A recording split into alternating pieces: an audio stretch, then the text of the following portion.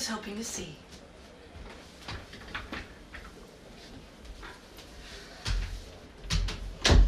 A little birdie told me that you have plans this Valentine's Day.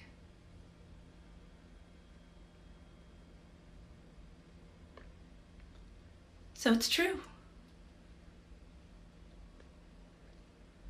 And with a coworker. Isn't that cute? Two of my little worker bees are smitten with each other. Are you prepared? That look tells me otherwise. Please, sit down.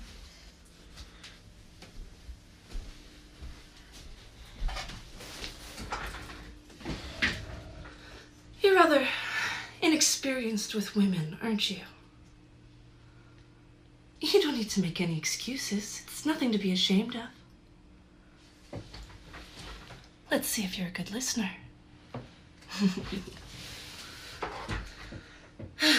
Why don't I outline some first date expectations from a female perspective?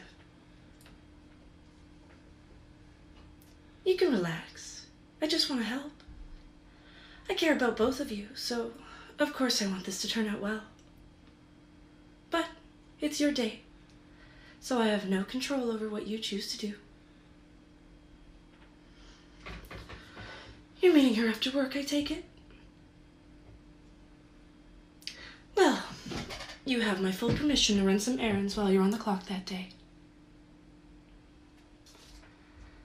Like I said, you don't have to take my advice, but it is Valentine's Day, so roses and chocolates are customary if you're into that tradition. I can give you a recommendation for a florist.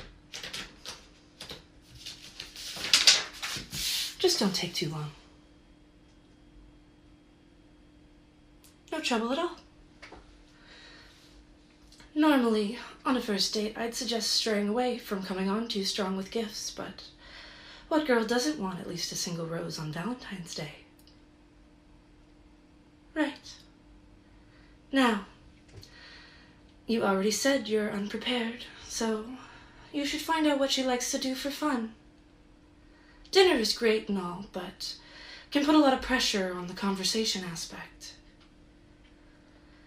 Museums, aquariums, art galleries, some kind of class or workshop are usually safe bets, but you'd want to pick something that aligns with her interests. Once you have an idea, ask her what she thinks. Don't make the mistake of planning out a whole date just to find out she hates fish. Can you think of anything off the top of your head?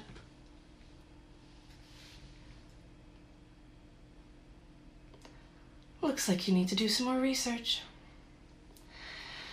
If you had more of an established connection with her, there's nothing wrong with dinner.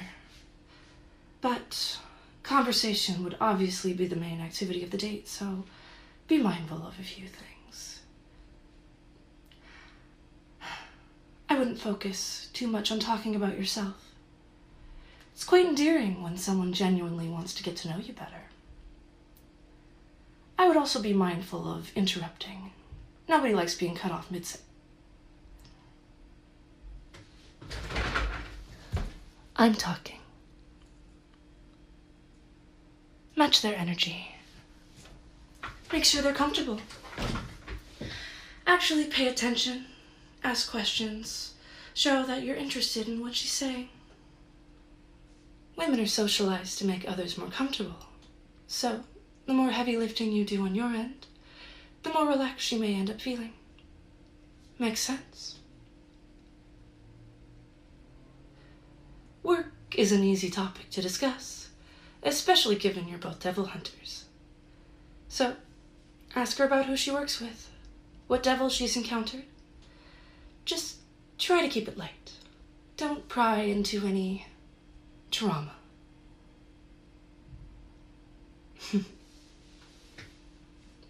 Good. I would hope you would have some common sense. When courting a potential partner, there are some less obvious things you should pay attention to.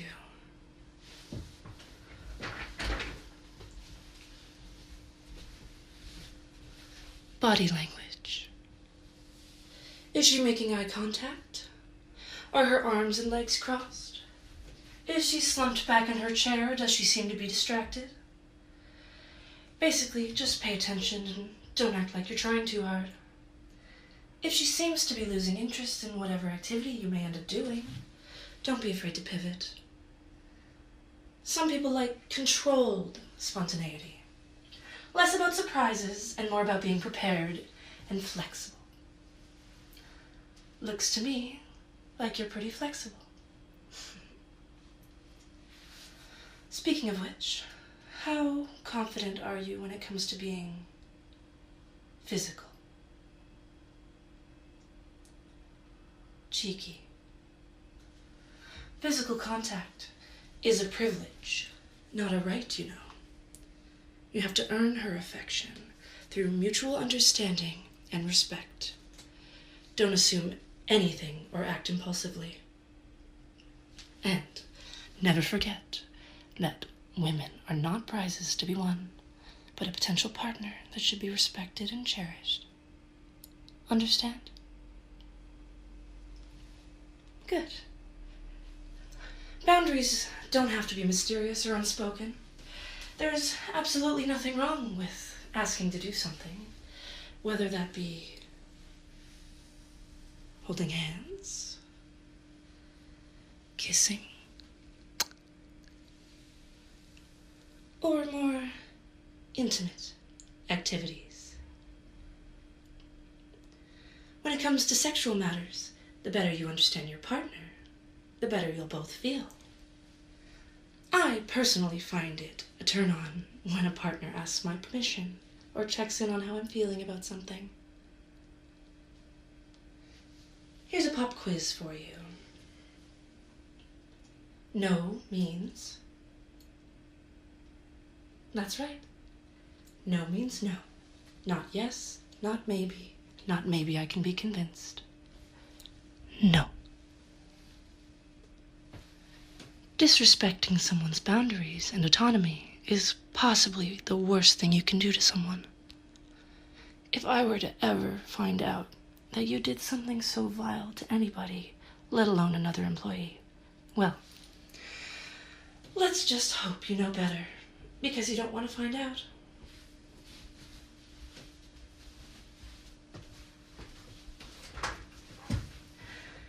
Now I trust if you have any further questions or concerns, you would come straight to me. I believe I covered the most important parts, so hopefully you're feeling more prepared. Yes? What's your question?